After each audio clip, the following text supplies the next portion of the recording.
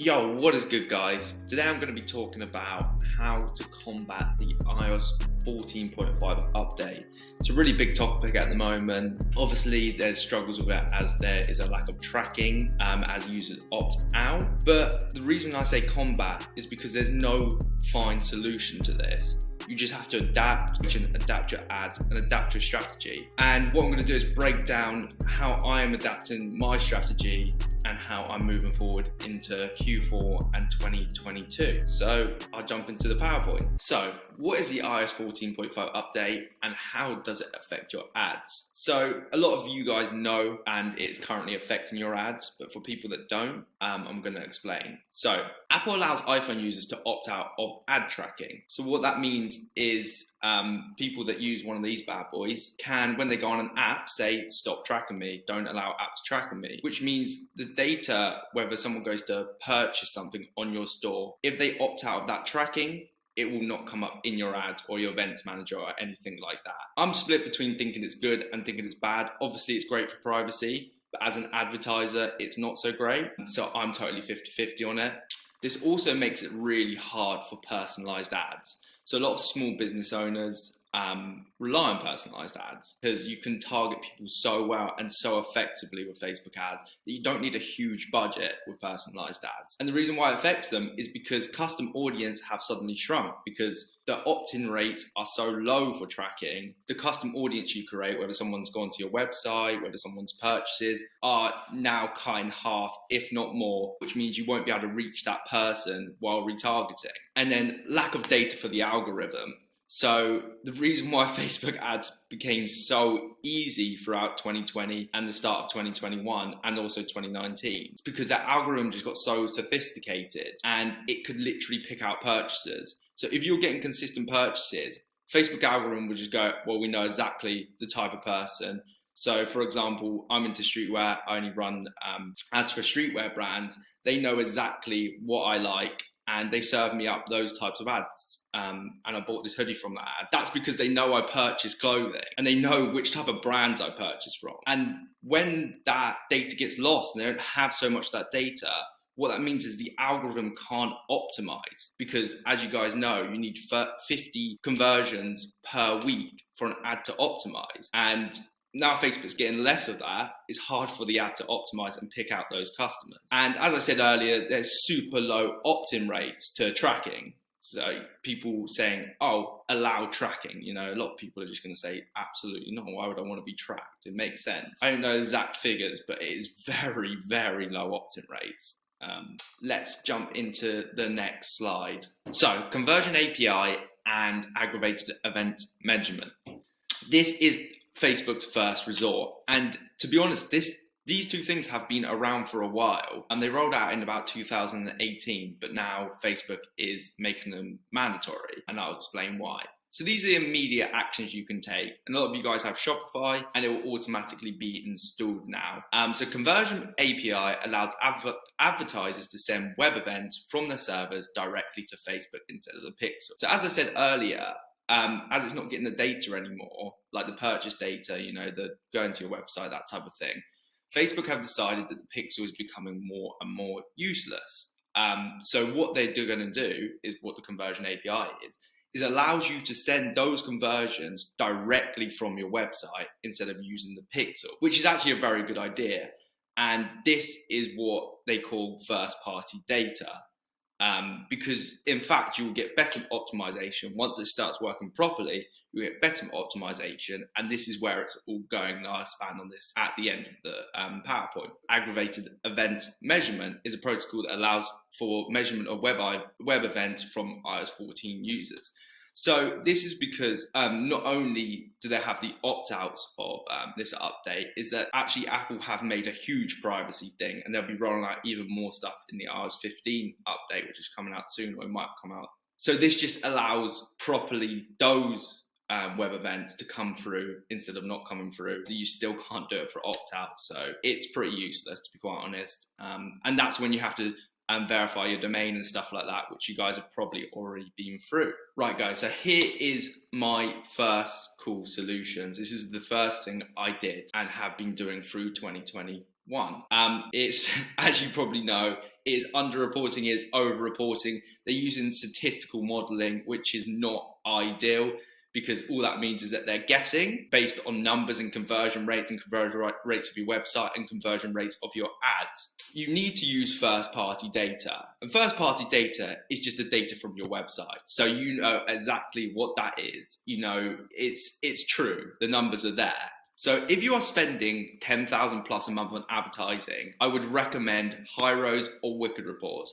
I'm not an affiliate of either of one of these. I just know right now, these are the best softwares, but they are very expensive. Wicked Report starts at $595 and Hyros starts at, I think, roughly the same. But these track from your website and can track opt-outs as well. I know there are some people using this and it's worked wonders for them. You get even better data than before. You work out, lifetime value, you work out the attribution window, obviously on Facebook is 7 day. So when the purchase is attributed, is only 7 day or 1 day view on Facebook. On Hyros and Wicked, it can go way back. You could have an ad that's had a purchase from 180 days ago and it will tell you it came from that one. So if you're really like a data nerd, get one of these, but they are super expensive. But both of them, I think Hyros guarantees that if you don't see an improvement in your ads, they will refund you. So I've been in talks with another company called Cometly. They haven't rolled out the solution yet, but what it is basically a dashboard outside your Facebook Ads Manager. So they track via coding on your website. They install a snippet into your website and also track via UTMs. Cometly just isn't available yet for Shopify stores. It's coming very soon. And my last one is track via UTMs. So UTMs is basically a little code that you add to the end of your URL. So if you put that in an ad as well, you will know from your Shopify dashboard, or there's loads of softwares out there that can track UTMs. So it will come up at the end. So you can put your ad name, who you're targeting, and that type of thing in the URL. So you know exactly where it's coming from, or you roughly know what ads are working and what audiences are working. So all these solutions here will definitely help your Facebook ads and get you a overview or understanding of at least what ads are working. So yeah, these are things you can implement straight away as well. So let me hop into the next slide. So content is king. This excites me in all seriousness. Like, I've been really enjoying this adaptation because of the update. So the lack of purchase data means the algorithm relies on engagement on the ads. This is what I've been seeing massively. And as you guys probably know, you're switching out ads all the freaking time. So one of the main things is that Facebook can track is likes, comments, rather than purchases. And obviously, if your ad gets good engagement, then it will serve it up more often. Facebook is becoming increasingly more automated. So either way, content is king. If you guys have noticed, now, a lot easier than they used to be. You can pretty much have a couple of campaigns running instead of like 15 campaigns running, and use broad audiences. A lot of the time, no interest targeting works because Facebook knows exactly who to pick out. The ad creative now determines who's going to be targeted, right? Let me say that again. The ad creative now determines who's going to be targeted rather than interest targeting and that type of thing. So the way I'm going is I'm starting to do less and less audience testing, whether that's lookalike audiences, whether that's interest targeting, and doing more creative testing. So I'm using very broad audiences, still within streetwear, those type of audiences, but I test the creatives more than I do the audience now, which never used to be the case, because you could, interest target a small pocket of people, especially in streetwear, what I work in, and get a very high return. But now it's flipped the other way. It's all about the creative.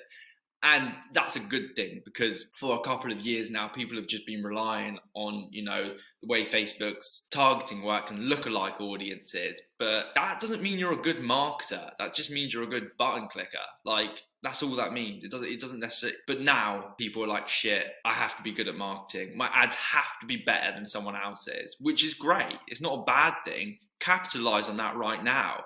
Like right now, we're in this transition of whoever has the best content wins. It gets the lowest cost per click. And if your product works, then it's going to convert, isn't it? So yeah, I'll tell you what content's working right now. This is for streetwear, as I work in streetwear, but it does also work in other industries. So high quality user generated content that gives people a feel how it fits and how it looks instantly. Because that's why people buy clothes, is they're like, that looks good. Will it look good on my Instagram? How will it fit on me? And user generated content shows that because it's normally normal people. Influencers use of the product still works extremely well.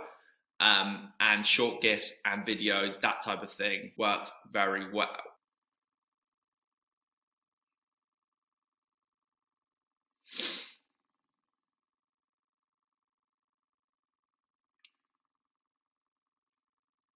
And obviously, that's a broad overview. I'll be making more content on how to make better content for your ads. So I saw this coming a while ago. I saw how Facebook was becoming more automated and how it's going to go back to how it used to be, where the best ad wins. And that's why I built my business in a way. We only serve one type of customer, which means I personally become the best advertiser at streetwear. I will eventually win because I know exactly what ads to serve up to what audience. And clients get way better results like that. My agency only serves streetwear brands. Let's move it into the next slide. Diversify. So as every ad platform is getting more automated, it is easier to diversify. And you can do this by doing it through different channels of advertising. So don't be reliant on Facebook. Like, we had the whole thing with the bans last year, the Facebook pages getting turned down, that type of thing. I think a lot of people from that point were like, I can't rely on Mark Zuckerberg. Like, you just can't do that. There's plenty of platforms, and here are some. There's TikTok, there's email marketing, there's Pinterest, there's Google Ads, and there's SMS. And these all work very well for streetwear brands, especially stuff like Pinterest and Google Ads. Because you can retarget really easily on Google Ads, and you can also, Pinterest is very visual platform, meaning that streetwear and clothing works very well on that. And at the bare minimum, set up the tracking on those platforms, so you are able to retarget people on different platforms, which can fill in the gaps for the the whole update thing. Because as Facebook's custom audiences are kind of dying a bit, they might be working a little bit better on another platform, and then another platform, and then you're making up the data even more on each platform. And it's always good to have omnipresent retargeting. And my next video is actually going to be about a brand that is doing this very well, and I'm going to break down exactly how they do it. So yeah, diversify. Just diversify through channels, and this is another good thing, because it means that you'll be able to get more scale as well. Because you're getting different audiences from each platform. And I know if you go back to last slide, content is king. If you look at TikTok, the only thing that when running ads that matters is the content. Like, the only thing, because that's all TikTok does. It's amazing. It just picks out the audience. Yeah, I'm looking into TikTok ads right now. I think they'll be super fun. They've got 1 billion users. Facebook has got 3 billion. So it's not actually that much different anymore. So yeah, that'll be always fun. So MER. This is like a term that big corporations use, just because they don't really care about tracking, cost of purchase, that type of thing. They call marketing efficiency ratio. So marketing efficiency ratio is like your overall advertising cost to return. So it's total revenue minus ad spend, seeing overall performance from all channels. This is especially if you go into an omnipresent advertising strategy from like TikTok, you just see the overall return, which is a great way to look at it. I think that it is a great way to look at it. So if you know 80% of your sales are from Facebook, then you just look at the advertising spend to your sales, the 80% of the sales. That's what you look at. And this is, as I said earlier, this is more of an overall way of viewing paid advertising and its impact on your revenue. Because at the end of the day, Facebook ads still work. They are still one of the best platforms. It's just harder to track them now. That's all. You're still getting purchases. All my clients are still getting a huge amount of purchases and still crushing it with Facebook ads. It's just harder to see in the ads manager, that is all. Don't stress, it will get better, and it will. we have to adapt. Like, there's no choice in it. And when you adapt, you tend to get better. Their whole revenue model relies on advertising. They are rolling out something called privacy enhancing technologies, which allows both users to have the privacy that Apple wants and personalized ads. They're rolling that out through next year, I believe. I read an article from, I think it's like the VP of marketing or the advertising side. I'm not sure, I can't remember. Yeah, he said they are working on it right now, and you bet they are working on it. They ain't gonna want to lose the revenue. They're also betting big on Facebook Shops and Facebook Pay. As you guys know, have you seen there's a little cart in the top of Facebook Shops? It's mandatory pretty much for all brands now to have Facebook Shops. And what they're gonna start doing is not letting people off Facebook to buy stuff. A bit like Amazon. So they're making a whole ecosystem in e-commerce. So tracking may even get better. It may even get better. Let's say someone's added to cart through Instagram Shops. Jesus Christ, you can retarget the shit out of them. And the whole e-commerce system will be even better. Just these are walled gardens. Your data will be insane because it's just all going through Facebook. And obviously Facebook Pay is something they're rolling out to put on Shopify websites, so they can definitely get that purchase data back to your ads. Because it's Facebook's platform. And then obviously, as I spoke earlier, the uprise of first-party data. So that is your data. No one can take that away from you. That is on your website, and there's nothing someone can do. There will be no regulations on that anytime soon because it is yours. Focus on your product, offer, and creative.